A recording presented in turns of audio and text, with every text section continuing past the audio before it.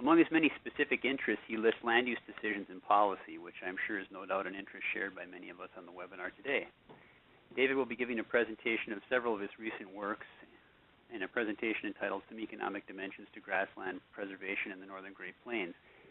He'll be followed today by Tong Wang, an assistant professor and advanced production specialist at South Dakota State University. Among her broad research and outreach interests are sustainable agricultural production and conservation practice adoption. She will talk about some of her current work in a presentation entitled Saving Grasslands of the Great Plains. Is management-intensive grazing a socioeconomically viable option? I welcome both of you to the webinar. David, you are first up, so please take it away. Thank you very much, Dean, for your kind introduction. First off, I'll give some acknowledgements. Most of this work, this line of work, has been funded by, among others, NIFA and the Climate Science Center at Colorado State, and also by the Elton Smith Endowment. The slide that you should see now is just provides the sources of support. I'm going to talk about two topics today. The first pertains directly to land use conversion and farmers' motivations, and this work was with Tong Wang, Mary Dodge, and many others. The second concerns ways to think about grassland easements, and this work is more ongoing. It's with Reaching Miao and Hung Li Feng, but also Chuck Loesch and Gaurav Arora are involved in work that is currently ongoing. Okay, so the area that is of particular interest to us in the Prairie Pothole region is the Missouri Coteau area going just east of the Missouri River. And we did two surveys in the area. Well, one survey and one focus group meeting, and Tong will talk about a second survey that is presently in implementation. Okay, so the first survey was male, done in 2015, and the second was approximately a year later, much smaller scale, but in person. The purpose of both was to gain insights into farmers' land use decisions, in particular what factors they consider when converting or not, and how important non-economic factors were. Some details on the 15 survey. Over 1,000 farmers completed the survey from about 3,000 who were contacted or we attempted to contact. 37 counties in South Dakota and 20 in North Dakota were represented. These are the approximate locations of the counties of the respondents, and overlaying that on a CDL map of land use at the time, at the outset of the time frame for which we asked questions, 2006, you will see that, as you probably well know, grass is to the largely to the west of the interest area, and corn and soybeans to the east. But along the Prairie Coteau, there are significant islands of grassland in the midst of the eastern portions.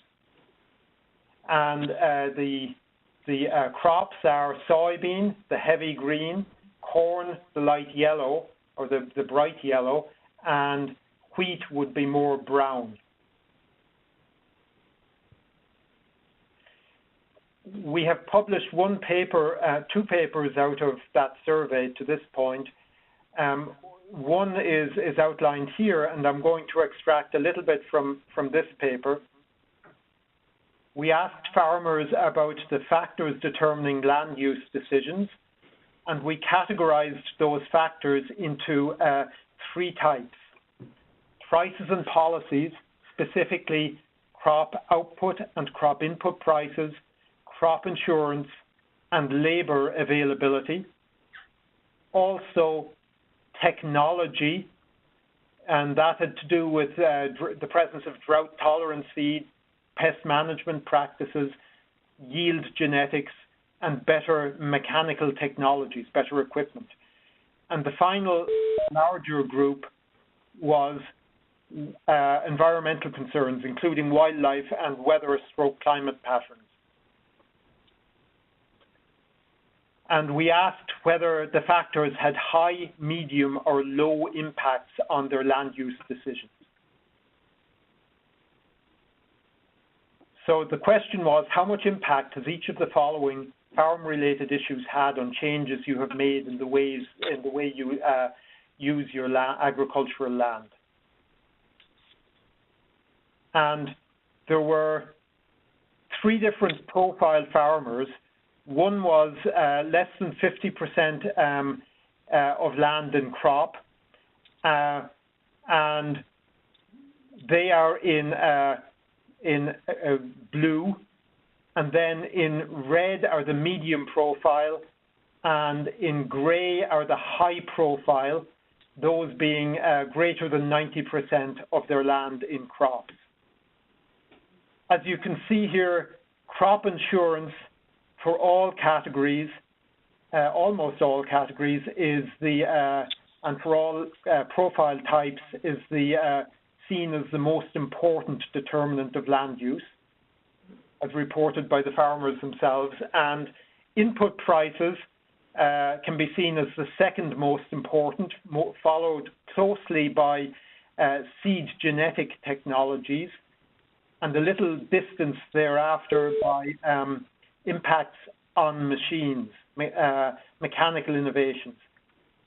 The other factors had much lesser impact, but there were spots in the study region where some of the other factors proved to be more significant. In particular, as I will show, weather and climate was significant in one area, and indeed labor turned out to be significant in parts of North Dakota as well, probably due to fracking and natural gas.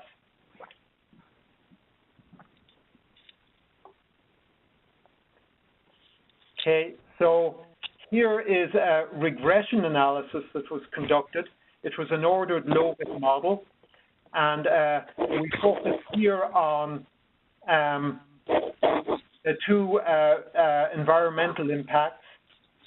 I draw your attention particularly to latitude as an explanatory variable for professed impact of climate/weather patterns on land use.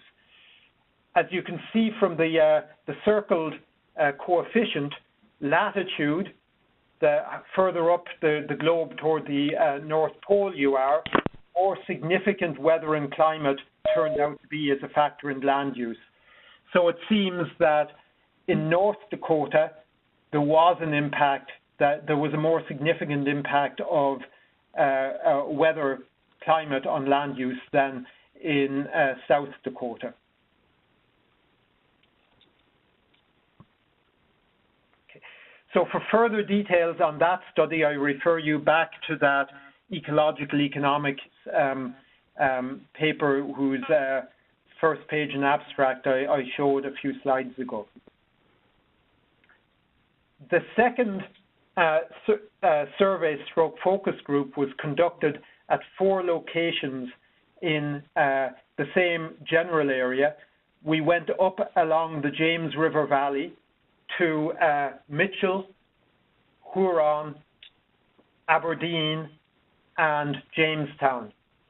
And at each one of those 4 sites, we convened farmers, about 20 in each place, and asked them a list of questions. We detained them for about two hours asking questions and quite informally interviewing them, and then we hung around for about an hour afterwards eating pizza. So we were very tired of pizza by the end of those 2 days. We asked farm characteristics, farming practices, and land conversion in the preceding 10 years, since 2006. We asked open-ended questions about why they consider what they consider when making land use decisions, and we also asked about conversion costs. Almost 60% of the farmers, 76 in total, had converted some of their land from either CRP or grassland to cropland in the preceding 10 years, and 27% had converted grassland to cropland. The converted land had been in grass for an average of about 30 years, and there were 6 instances of native grassland conversion. The median size was about 153 acres for the plots converted. Now, our curiosity stemmed from a meeting I attended in Sioux Falls in 2011 when a prominent farmer in South Dakota, farmer/rancher Jim Falstich, made a comment that made me think. He said that much of the land in his area could be converted for $35 an acre. All that was needed was several trips with Roundup to kill off the grass, and you were good to go. So I found that hard to believe, and so we sought further information on costs, and we used the opportunity of the focus groups to obtain costs, and here is what we got. The cost of converting CRP to cropland, $74 an acre, according to these 76 farmers. And for grassland to cropland, $86 an acre. Broken down, equipment was the main cost, materials, which would include Roundup, etc., about $30, and the rest labor and some other items. Now, we also asked about changing land value, change in rental value as a result of conversion, and change in net returns. We found that the farmers thought change in land value would be about $1,000 an acre as a result. The change in annual rents, $70 to $80, and the change in net returns, somewhere around about $100. And to go back a slide, about $70 to $90 was the cost of conversion. So these farmers asserted that they could get back the cost of conversion in 1 year on rent or on net returns, which is, to me, astonishing. We also asked them about, for comments on determinants of land use, and we compared those the responses they gave in regard to those who had and hadn't converted CRP to crop and had and hadn't converted grassland to cropland. And we found that profit, not surprisingly, and other economic concerns was the number of comments about profit was significantly different among the two groups. And also land characteristics, statement about land characteristics were also significantly different between the two groups. But we categorized other sets of comments, and in general, they weren't statistically significant. But we also ran probate models of the probability of converting, and we found that for CRP to cropland, those who had converted from CRP to cropland who had not converted from CRP to cropland mentioned stewardship much more often than those who had, just as one point to bring out from this, this regression. And I will return to the matter of their view of stewardship, perhaps in contrast with other people's views of stewardship in a few minutes. Okay, so in summary, we found that the results across the two groups were very consistent, or the two surveys were quite consistent. Profit and other economic factors were major factors. Wildlife and the environment were not major factors. Farmers who had not converted land to cropland suggested that land quality and cultivation potential is a main impediment. That marginal land was the most sensitive to conversion, productivity-wise marginal land, and also that stewardship, as farmers viewed it, weighed heavily on their minds when making conversion decisions.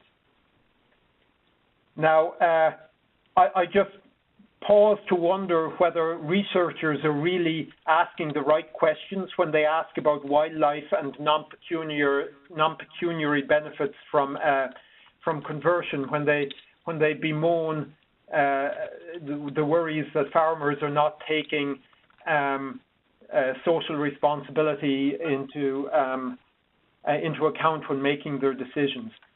It may be that they care, but they care about other aspects of stewardship in ways that we're not thinking about. One final comment is that interacting with easement managers at the U.S. Fish and Wildlife Service, it seems to me that they have taken on board some of these sensitivities that perhaps many interested in land conversion in the area are concerned about, but wouldn't be high on the radar screen for farmers and vice versa. Okay, so I'll briefly go through some comments about easements. I've given here a definition of easements, legal agreement signed of grassland easements, legal agreement signed with the U.S. That restricts usage on the land, and in particular it removes the opportunity to crop the land. And this is an example of attenuated property rights, where one item of property rights is carved out and sold separately, whereas usually property is viewed as a bundle of rights. Here, one item is removed, and as a result, it reduces the value of the land to the property right owner, and so the property right owner will seek some compensation. And I'll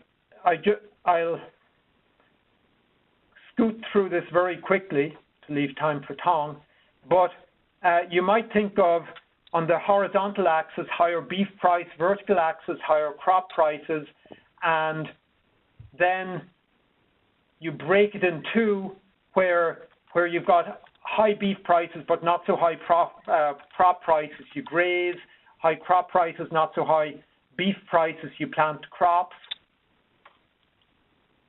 And then when you sell a grazing easement, what you do is you remove one area, one set of the right to crop when you're in that upper left-hand area with high crop prices, low grass prices, so that the land will always be grazed. Now, the cost of giving that up will very much depend not only on where crop prices are now and where beef prices are now, but also their potential for shifting in and out of that area in future. So what you've got is what economists call a real option, that in regard to future prices of beef and crops. And we set up a bit of a model to study a two-period model to study when farmers would do, landowners would do one of three things. And we studied it in two dimensions: conversion costs on the horizontal axis and cropping returns less grass returns on the vertical axis. And we showed a few things about when they would ease now, when they would convert the land now, and when they would wait and see. And then we have studied how these areas would change according to the presence or absence of a crop insurance and the presence and absence of subsidies on crop insurance, to demonstrate what happens to the amount of land that will ease now or wait and see or convert now.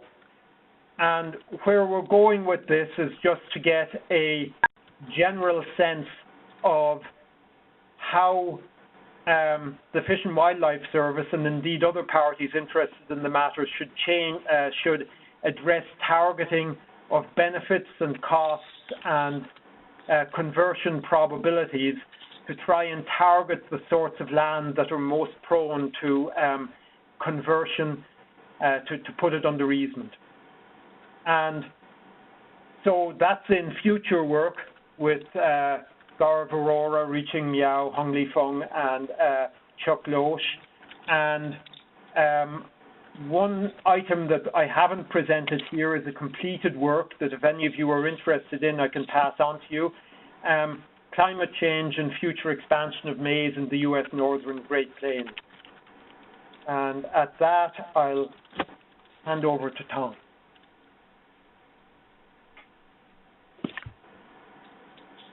Okay, so I think this is, do I need to change my screen first to the main screen? Yeah, I got to give you control of the thing.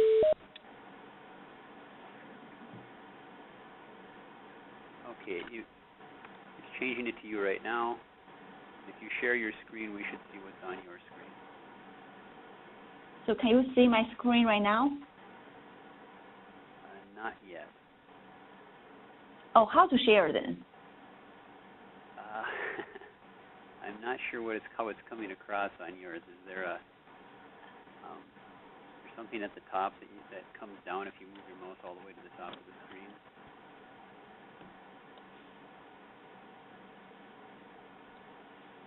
Oh, yeah.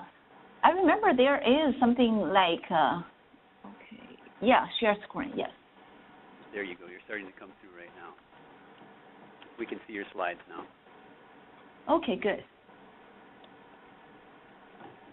So can you see my slides right now?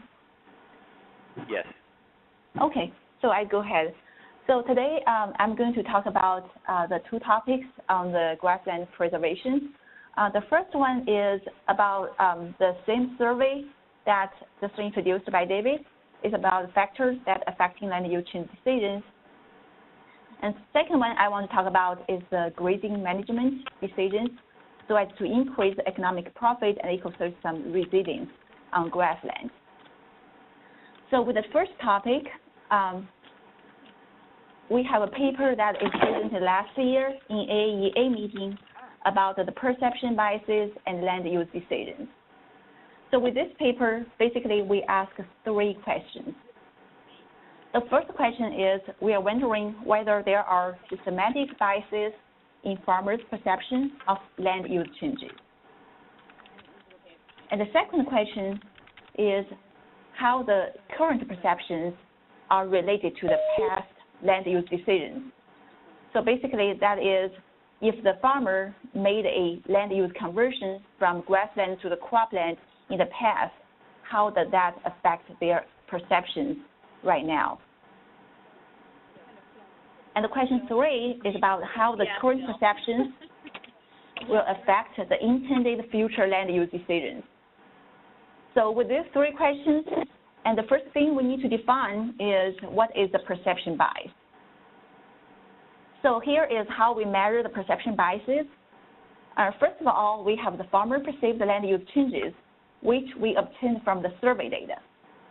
And then we have the actual land use changes from the USDA cropland data layer, that is CDL, because this data is based on the high-resolution satellite images. So we use this as the actual land use changes. So our perception bias is defined as the perceived change minus the actual change. So if the perceived change is higher than the actual change, then this perception bias will be greater than 0. So then we say there is a overperception. If this is negative, then there is an underperception. So this is how we define the perception biases. And now comes to our first question. So we are just wondering whether there is a systematic bias on the farmer's perceptions. For the cropland acres, the answer is yes. On average, there is overperception among the producers on the cropland expansion. But for the grassland, overall, we find there's no bias. So this table will show you some of the findings we have. So as we can see, the first 2 rows is farmers' perception of the changes in cropland and in grassland. So you can see that the mean perception of the farmers for the cropland is almost 10%. And then if you look at the actual change on the 3rd row here, the actual change is less than 6%. So this means there is a gap between the perceived change and the actual change. So for the cropland area, this gap is 4%, and which is significantly different than 0. So that's why we conclude there is a overperception of increases in the cropland acres. However, for the grassland area, the difference among the perceived change and the actual change is relatively small. It's less than 1%, and this is not significantly different than 0. So this is the finding for question 1, and then we look into question 2. So for question 2, basically we are asking how does the previous land use decisions can shape the current perception. So we have basically 3 groups of variables here that explains the current perception. So the first variable is conversion from grass to crop in the past 10 years. So this is what our main interest is. And at the same time, we actually include 2 group of variables, that is the red colored ones, which are the farm and the farmer characteristic variables. And then we include another group of variables that are the variables explaining the surrounding characteristics of the farmland. So among those 3 groups of variables, and then we pick out all the ones that are significant. So you can see among those variables, the statistically significant ones, we just cross them and I plot them in a chart here. So among all the factors that affect the current land use perceptions, that is our the perceptions on the cropland expansion. So we can say all of them have the positive effect because I have a 0 line here, and all the effects are actually above 0. So we can say first, even we control all the variables here, our conversions from grass to crop in the past actually significantly increased our perception of the cropland expansion. And then among the other factors, we can see the tenure index. This means the farmers who rent more land, they are more likely to have a over-perception of cropland change. And then the actual cropland change percentage. So if there is a higher percentage of actual cropland change, then the perceived cropland change is likely to be higher too. So this means the perceived grassland change is actually in alignment with the actual change. And then we have the grassland percentage in 2006. So this means if there is a higher grassland in 2006, then there be a higher perception of cropland expansion. And then the higher land quality means there is a higher perception too. And we also find that the location has a strong effect as well. So this is latitude. So basically, we can see that the farmers in North Dakota actually has a higher perception of cropland expansion than the farmers in South Dakota. Okay, so that's the second question. With that, we are wondering how this perception bias actually affects the future land use change intentions. So basically, we have the similar variables here, except the first one. So because we want to explain this future land use change intentions, so the first variable is the perception bias in the cropland area change. And then the second group of variables and the third group of variables, they are the same as what we include in the just now. So among this slide, again, we take out all the significant variables and I plot this chart here. So we can see all the factors that affect the future land use change intentions. Again, we have a zero line here. You can see among all the factors, most of them have a positive effect. There is only one factor that has a negative effect, that is actual cropland change percentage. So this one has a negative effect. So basically this means if in the past 10 years, there's already a higher increase in the cropland, then in the future, there will be less likely be a higher change in the cropland in the future. So basically this is because there's not much grassland left for conversion. And we can see another location variable. This time it's longitude instead of latitude. So for the longitude variable, this means as we move to the west, there's more likely to be a higher percentage of people who are interested in the future land use change. So basically this maybe means that in the east, most land have been converted, so the shift of land use change are moving to the west. And the principal occupation, this one means for the farmers who are more occupied on the off-farm jobs. So if a farmer have an off-farm job or off-farm business, they are more likely to convert the grassland to cropland. So this might be because the grassland requires more management time. So those who have off-farm jobs, they want to reduce their time on the farm. And after controlling for all the variables, we found that our perception bias in cropland change does still have a positive effect. So that means if the farmers have an overperception of cropland expansion, then in the future, they are more likely to convert. So to summarize the first perception paper, we have three bullets here to answer our three questions raised just now.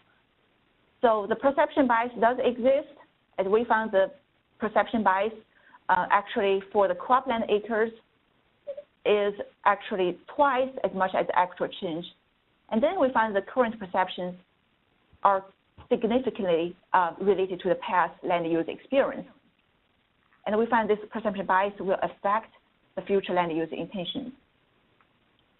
And some other finding we found from this paper is for the regions that already experienced the cropland expansions, future conversions from grassland to cropland are less likely.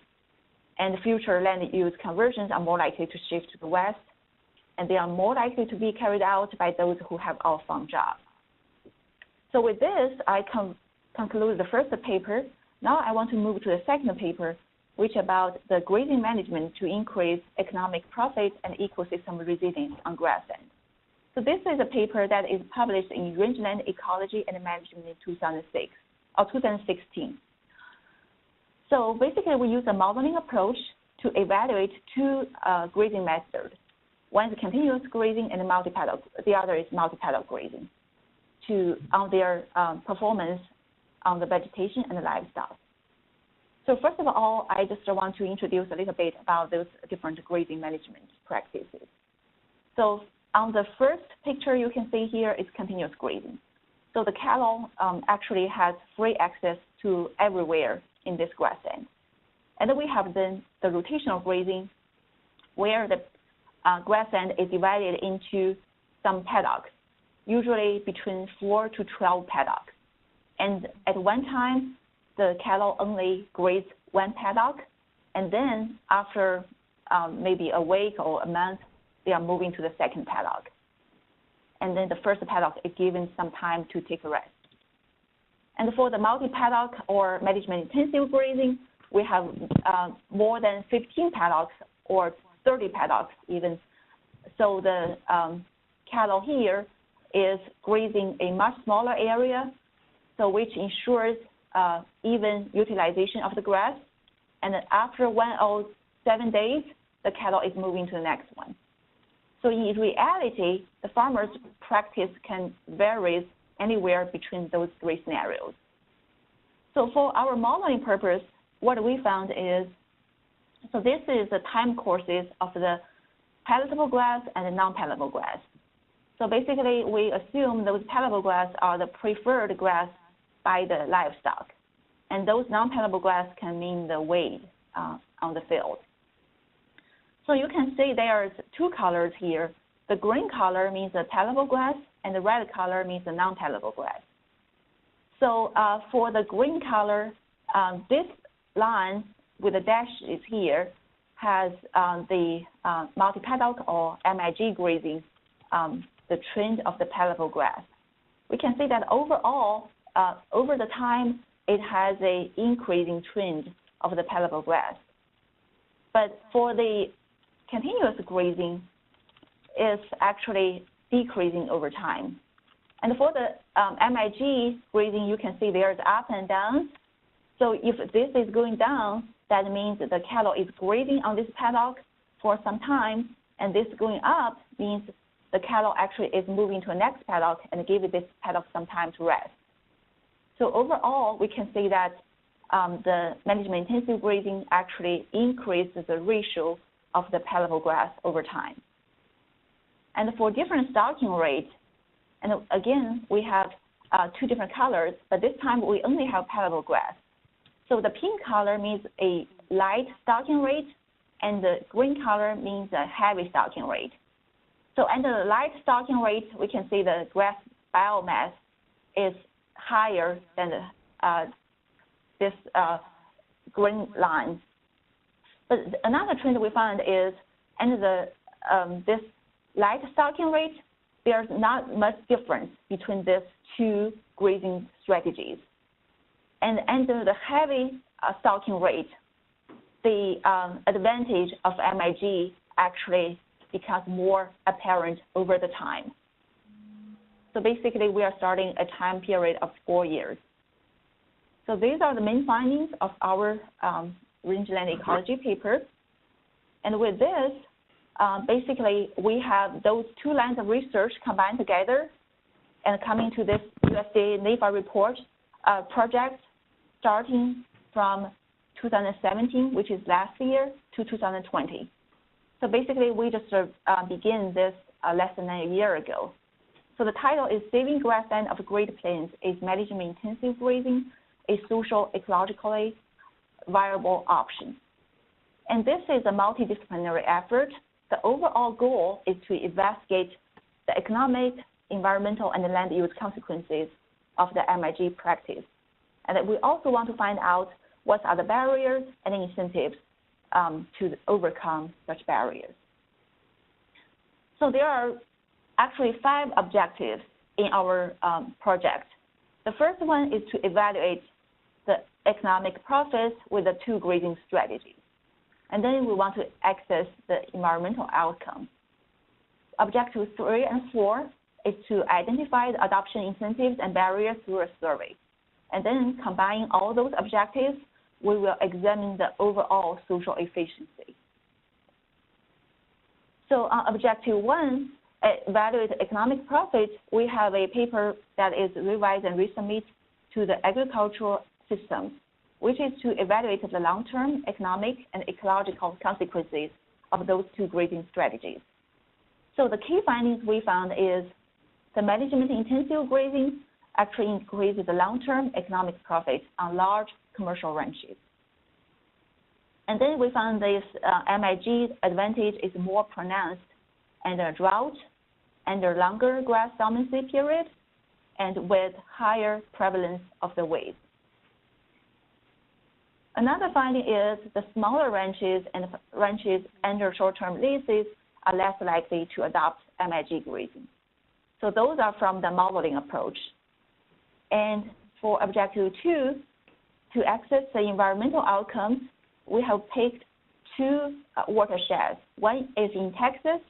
As you can see from this figure here, this shows the relative location of this watershed in Texas, and the other is in North Dakota. It's Apple watershed in North Dakota, and you can see the relative location of Apple watershed in this North Dakota map.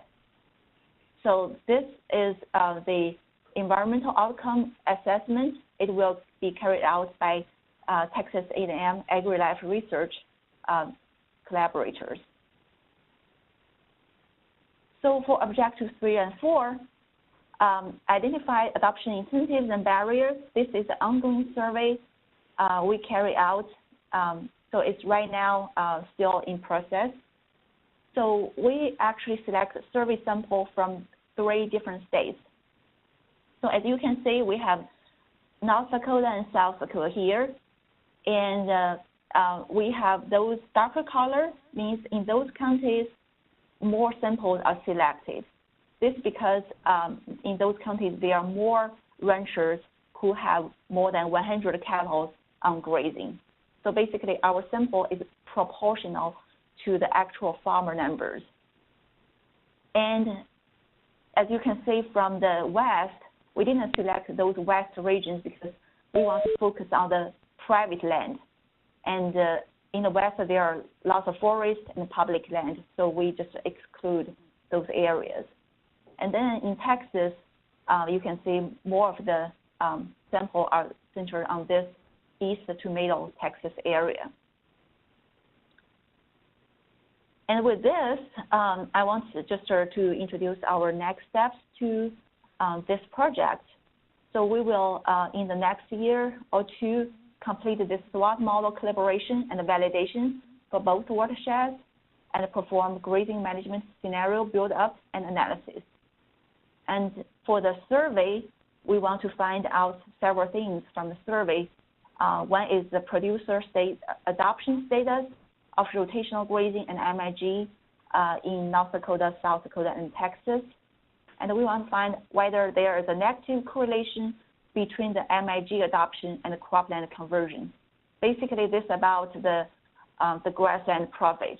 We want to find whether if the producers, they are making more profit from the grassland, then maybe there's less incentive to convert to cropland.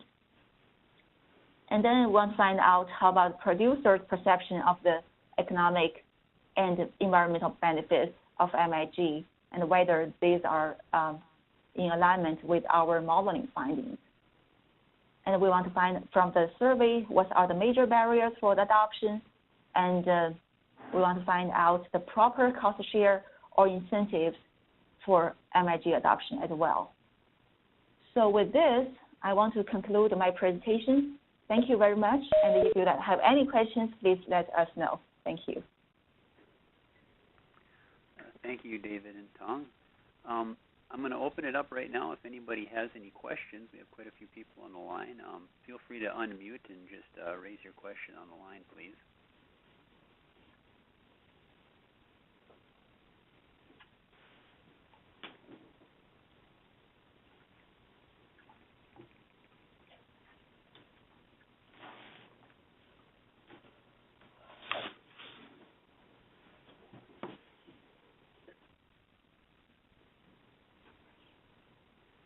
I'll go with one.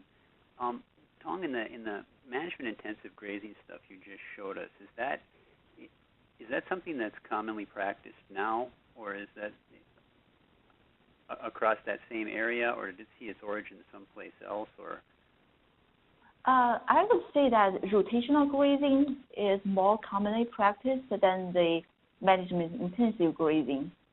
So mostly, I say that the management-intensive grazing from those, the ranch award, if they have, when the Grassland Preservation Award, most likely they are using this management-intensive grazing. But for people, most of the percentage of the grassland owners, I would say they are either continuous grazing or the rotational grazing. How much more money to do this?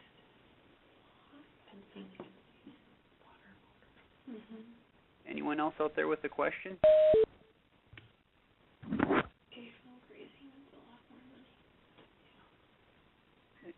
David, I have a question for you. That model that you were putting up there, the decision to ease or not ease, is that being used anywhere to drive decisions for easements? Not that I'm aware of.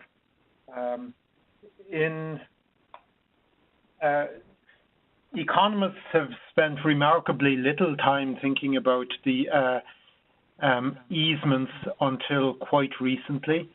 They have, because they're becoming more popular, some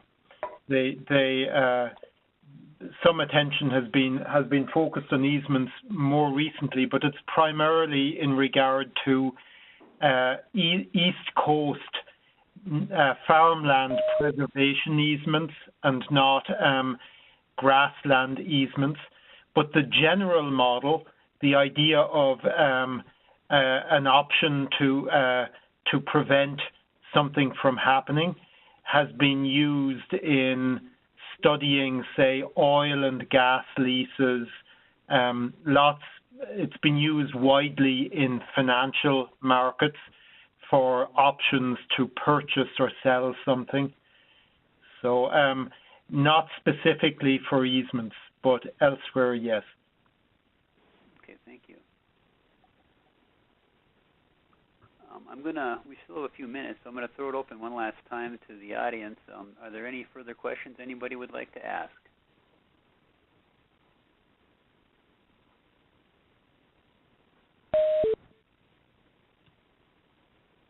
All right, then.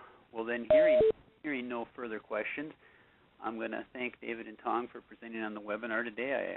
I appreciate you bringing some interesting new ideas into the enterprise of grassland conservation, and I appreciate you sharing them with us.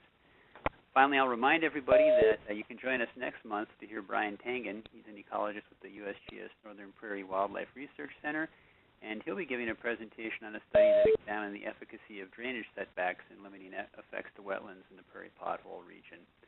Thanks again to our presenters, to everyone on the line, and we will see you soon.